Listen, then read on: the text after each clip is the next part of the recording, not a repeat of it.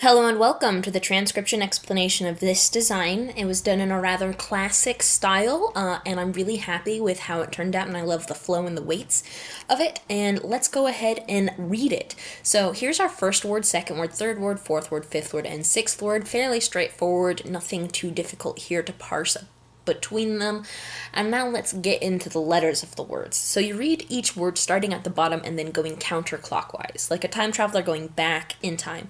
And that's noted right here. Reading order is bottom counterclockwise, and it can spiral inwards. So if you have a particularly long word, you can spiral it inwards or do an outer and an inner word circle.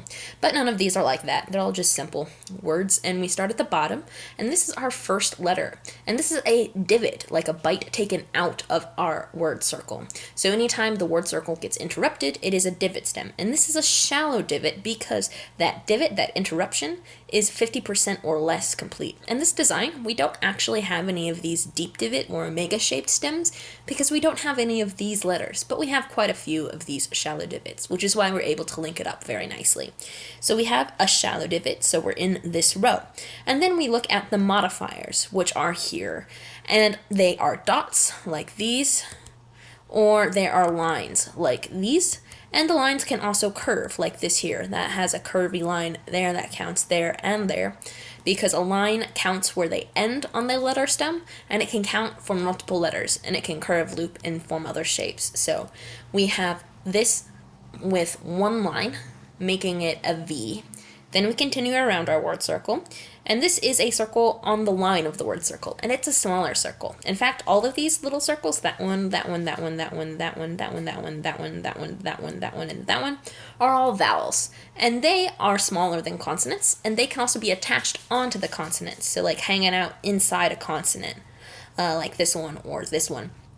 And then you would look at the consonant stem to figure out which vowel they are. But if they're by themselves, like this I right here, we're going to check here. And it is right on the line of our word circle. Again, this blue line is the word circle. And an I has a line going inwards, towards the middle of the word. So that would be this way. It's towards the middle of the word, not towards the middle of the sentence, which is why this goes this way. So VI. And then we have this letter stack. So let's check out our letter stacking rules. So letters with the same stem can be stacked. So anything in the same row can be stacked, and you can also stack vowels on top of each other. So we have two letters in the same row, and they're both shallow divots. Consonants are read before vowels, so there are no vowels in that stack, so we're not worrying about that. But we read thin to thick. So that means this thin line is before this thick line. So let's go ahead and figure out what letter this 3-dot shallow divot is. So shallow divot, 3 dots. That would be an R. And then this thicker line has no modifiers on it at all, so that would be a T. So that would be an R and a T stack. And then we have this vowel with a line going outwards, that little smidgen right there. So when you get that tattoo, make sure this little guy is here, otherwise that would be an E with no lines. It makes a U with one line.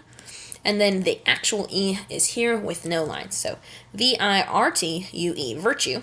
And then we have another I, line going inwards, and a shallow divot, just like this one, but instead of just one line, it actually has 1, 2, 3 lines. So this thick line counts twice, and that one counts once, so that would be the letter S, so is.